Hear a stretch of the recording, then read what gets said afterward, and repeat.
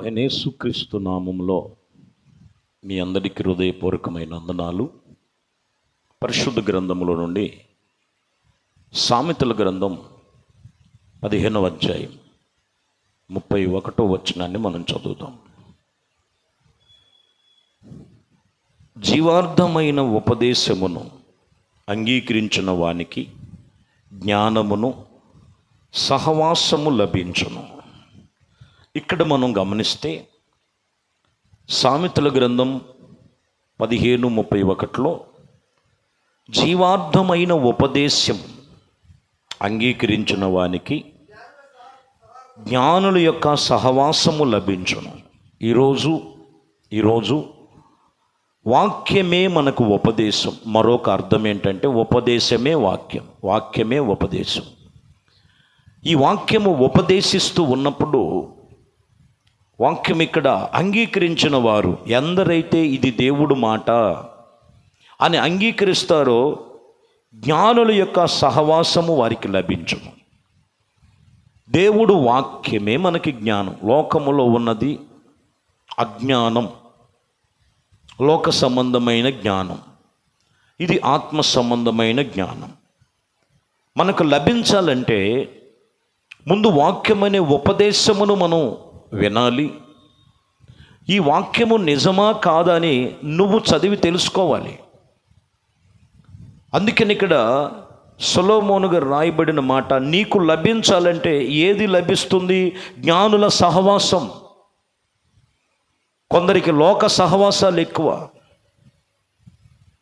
లోక సహవాసాలు నేర్చుకొని ఆ లోకపు మాటలు మాట్లాడతారు. శత్రు మాటలు, సరసవత్తులు, వ్యర్థమైన మాటలు. వారు మాట్లాడినట్లుగా వీళ్ళు కూడా మాట్లాడుతాం. ఇక్కడ మనం గమనిస్తే జ్ఞానము కలిగినటువంటి జ్ఞానుల యొక్క సహవాసం మనకు లభించుద్ది. ఎప్పుడంటే వాక్యం అనే ఉపదేశము చేత మనం నడుచుకున్నప్పుడు.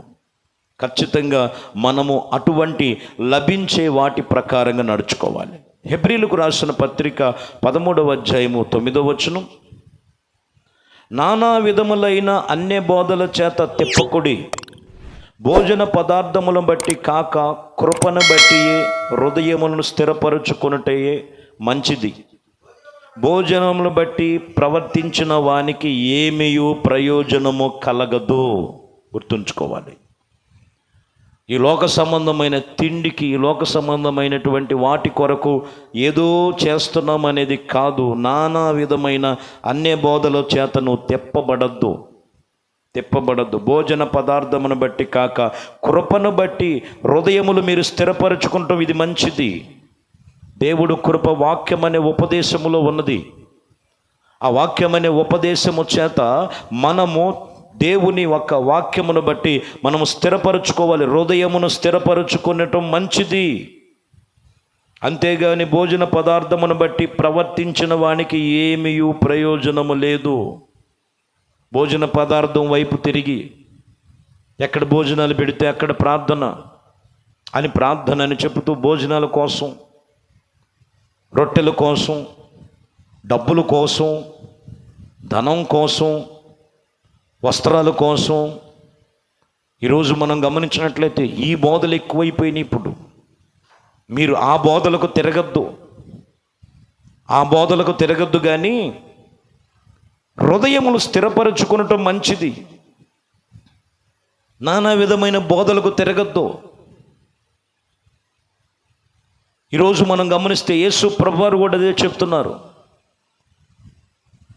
గలిలయలో కనపడుతూ యేసు ప్రభువారు గలిలయలో లేరని చెబుతూ యేసును ఎదురయ్యి మీరు ఎక్కడుంటారు, ఎక్కడని మేము వెతకాలని ప్రజలు ఈ గుంపు ఉంది. ఈ గుంపు ఆయన్ని వెతుక్కుంటూ వచ్చి ఆయన దగ్గర చెప్తున్నప్పుడు యేసు ప్రభువారు అన్నారు, ఏమి చూసి నన్ను వెంబడిస్తున్నారు? ఏమి చూసి? రొట్టెల కోసమా అని చెబుతూ, క్షయమైన ఆహారము కాదు కానీ అక్షయమైన ఆహారము మీకు లభించునన్న సంగతి జ్ఞాపకం చేసుకొని నన్ను వెంబడించండి. ఈ లోక సంబంధమైన ఆహారమును గురించి కాదు. ఈరోజు మనం గమనించినట్లయితే హృదయమును స్థిరపరుచుకునే మంచిది. ఏంటిది ఆ హృదయమును స్థిరపరుచుకునేదంటే దేవుని యొక్క బోధ, వాక్యం, అపోస్తుల యొక్క బోధ, క్రీస్తు చెప్పినటువంటి బోధ, వాటి ప్రకారంగా మనం నడుచుకునటం. ఏది పడితే అలాగ తిరగకూడదు నీ హృదయం. అందువలన భోజనమును బట్టి ప్రవర్తించిన వారికి ఏమీ ప్రయోజనము లేదు, ఎంత చేసినా ప్రయోజనమేమీ లేదు. యోధా పత్రిక మొదటి 1 వచనం ఉంటుంది, 1 అధ్యాయము 3వ వచనాన్ని చూద్దాం. ప్రియులారా, మనకందరికీ కలిగినటువంటి రక్షణను గూర్చి మీకు రాయవలనని విశేషమైనటువంటి శక్తి కలిగిన వాడై ప్రయత్నించబడుచు ఉండగా, పరిశుద్ధులకు ఒక్కసారి అప్పగింపబడిన బోధ నిమిత్తము మీరు పోరాడవలెను, మిమ్మల్ని వేడుకొనుచున్నానని మీకు రాయుచున్నాను. చూడండి, ఇక్కడ మనం చూస్తే ఇదిగో పరిశుద్ధులందరి కొరకు ఒక్కసారి అప్పగించబడిన బోధ ఉన్నది. అపోస్తులు వేయబడిన బోధ, క్రీస్తు చూపించినటువంటి బోధ. యేసు క్రీస్తును ఏమైతే మాదిరి చూపించి అదే బోధన గురించి చెప్తున్నాడు. ఇదిగో మీకు ఇచ్చినటువంటి రక్షణ గురించి రాయిచున్నాను, ఆసక్తి కలిగిన వారై ప్రయత్నించబడాలని పరిశుద్ధుల కొరకు ఒక్కసారి నియమించబడినటువంటి ఆ బోధను అప్పగించి ఉన్నది. మీరు పోరాడవలెనని వీటి విషయములో మీరు జ్ఞాపకం చేసుకోండి. ఎక్కడ ఆ వాక్యము దొరుకుతుంది అక్కడికి మనం పరుగులు పెట్టాలి. ఆ వాక్యమును బట్టి మనం అనుసరించాలి. వాక్యమనే ఉపదేశం ఉన్నటువంటి సంఘములో నువ్వు ఎదగాలి. వాక్యమనే ఉపదేశము కలిగిన సంఘములో కొన్ని బోధలు ఎలా ఉన్నాయి? ఇక 24 గంటలు ధనము గురించే, ఇక 24 గంటల ఆశీర్వాదాల గురించే. హెచ్చరికలు ఉండవు, గద్దింపులు ఉండవు, సరిచేసేటువంటి అనుభవాలు ఉండవు.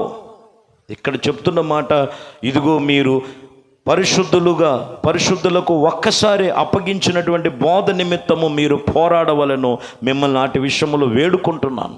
వాక్యం కోసమే, ఆ వాక్యము కోసమే మనకు లభించినది, దేవుడు మనకిచ్చినది ఆ జీవపు వాక్యమును బట్టి మనము ఆయన వైపు తిప్పబడాలి, ఆయన వైపు మనం ఆకర్షించబడాలి. సామెతల గ్రంథం 13వ అధ్యాయం 20వ వచనం,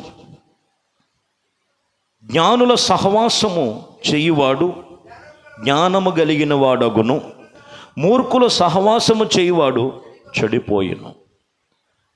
ఏ సహవాసం చేస్తున్నావు? ఏ సహవాసానికి కలిగిన వ్యక్తివి నువ్వు? ఏ సహవాసములో ఉన్నావు? లోకములో ఉన్నది ఎక్కడ లేదు. ఎక్కడ ఉన్నది జ్ఞానం? దేవుని సన్నిధిలో ఉపదేశం అనే జ్ఞానములోనే ఉన్నది, అనుగ్రహించాడు.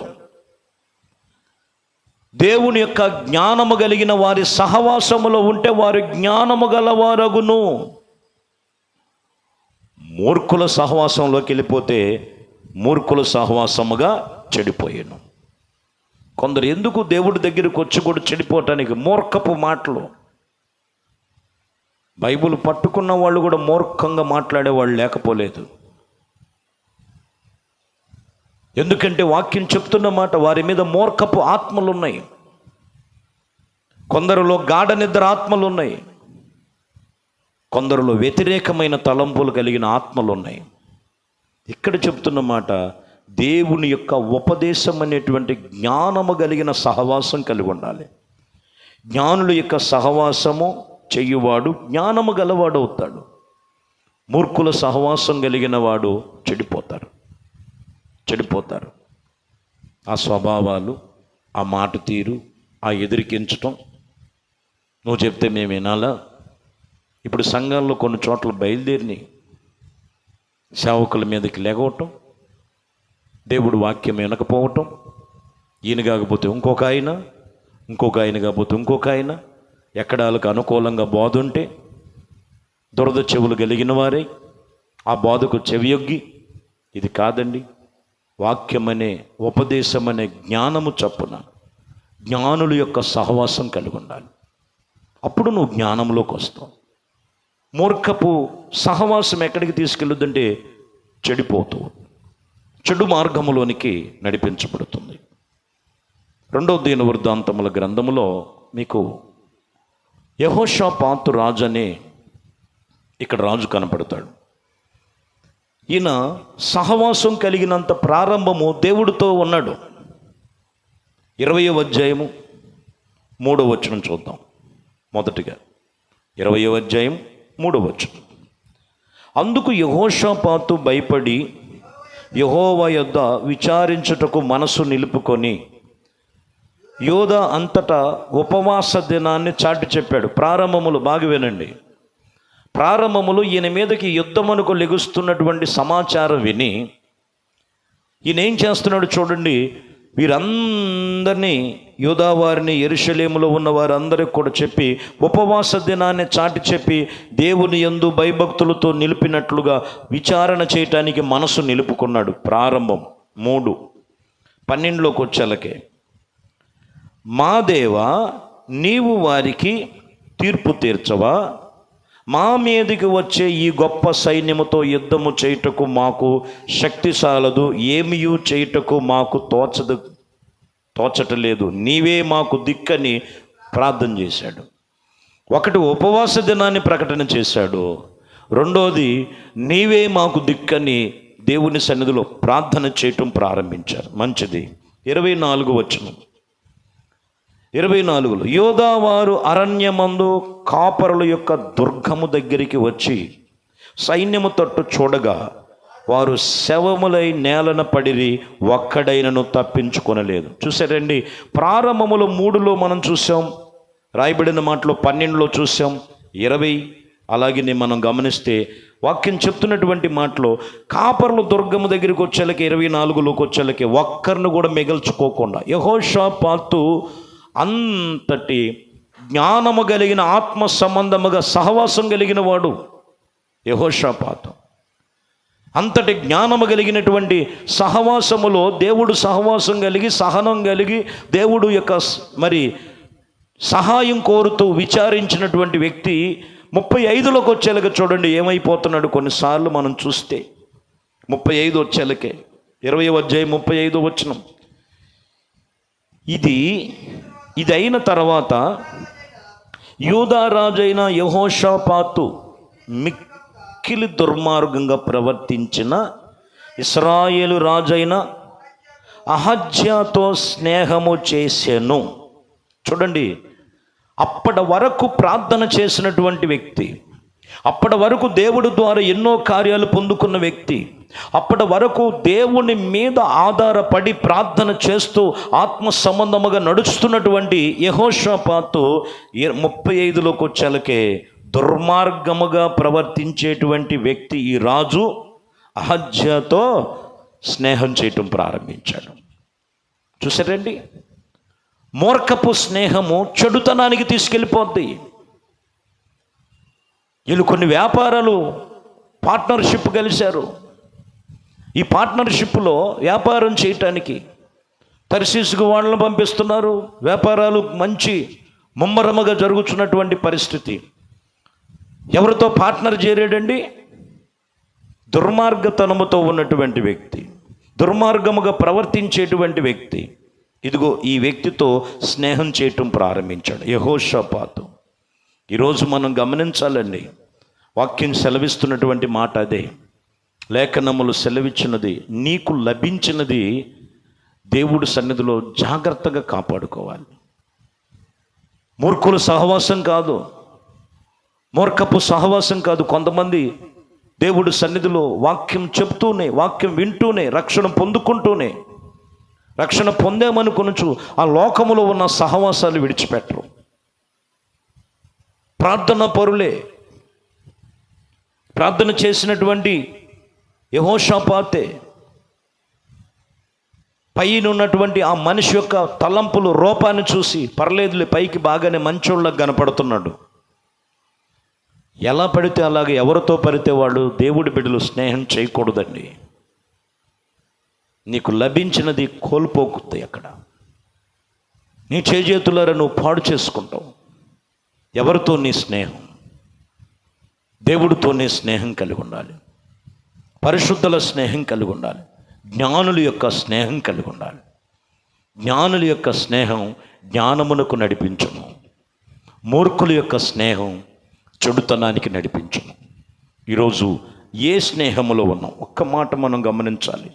23వ అధ్యాయం సామెతల గ్రంథం 15వ వచనం, నా కుమారుడా, నీ హృదయమునకు జ్ఞానము లభించిన ఎడల నా హృదయము కూడా సంతోషించును.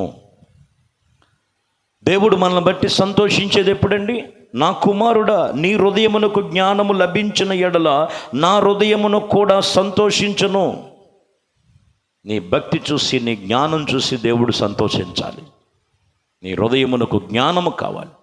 ఎక్కడ అజ్ఞానముగా పాడు చేసుకుంటున్నావో, ఈరోజు నీకు లభించినది దేవుడిచ్చిన గొప్ప జ్ఞానం, ఉపదేశ జ్ఞానం. వీటి ప్రకారంగా నడుచుకో. దేవుడు నిన్ను అన్ని విషయములో ఆయన నిన్ను సంతోషింపు చేస్తాడు. అంతేకాని మూర్ఖుల యొక్క స్నేహం వద్దు, లోక సహవాసం వద్దు. ఇదిగో ఈ లోక మూర్ఖపు సహవాసం చెడుతనానికి తీసుకెళ్ళుద్ది. జ్ఞానం యొక్క స్నేహం జ్ఞానానికి నడిపించుద్ది. ఏ స్థితిలో ఉన్నావో, నా కుమారుడా, నీ హృదయమును జ్ఞానములు లభించిన ఎడల నా హృదయము నిన్ను బట్టి సంతోషించుద్ది. నీ హృదయములో ఉండాల్సింది దైవికమైన జ్ఞానం. ప్రార్థన చేద్దాం. పరిశుద్ధుడా, ప్రేమ కలిగిన తండ్రి, మీ ఉపదేశం అనే జ్ఞానము చొప్పున లోకములో ఉన్నవి ఎక్కడ కూడా నా ప్రభు, లోక సహవాసములో కానీ, మూర్ఖపు సహవాసము కానీ, అజ్ఞానపు సహవాసము కానీ వాటిలోకి వెళ్ళక యేసుక్రీస్తునందు భయభక్తులు కలిగి, యేసుక్రీస్తులోనే నిలిచి, యేసుక్రీస్తులోనే ఫలించి, యేసుక్రీస్తులోనే ఫలభరితముగా మార్చమని యేసుక్రీస్తు అతి పరిశుద్ధమైన నామములో ఇదిగోనైనా మిమ్మల్ని బ్రతిమిలాడి ప్రతి ఒక్కరి ప్రార్థనలు ఆలకించి, ఇదిగోనైనా అట్టి జ్ఞానమును మీ కృప తప్పున నడిపించమని యేసుక్రీస్తు నామములో ప్రార్థిస్తున్నాము తండ్రి. ఆమేన్. ప్రభు మిమ్మల్ని దీవించునుగాక. ఆమేన్.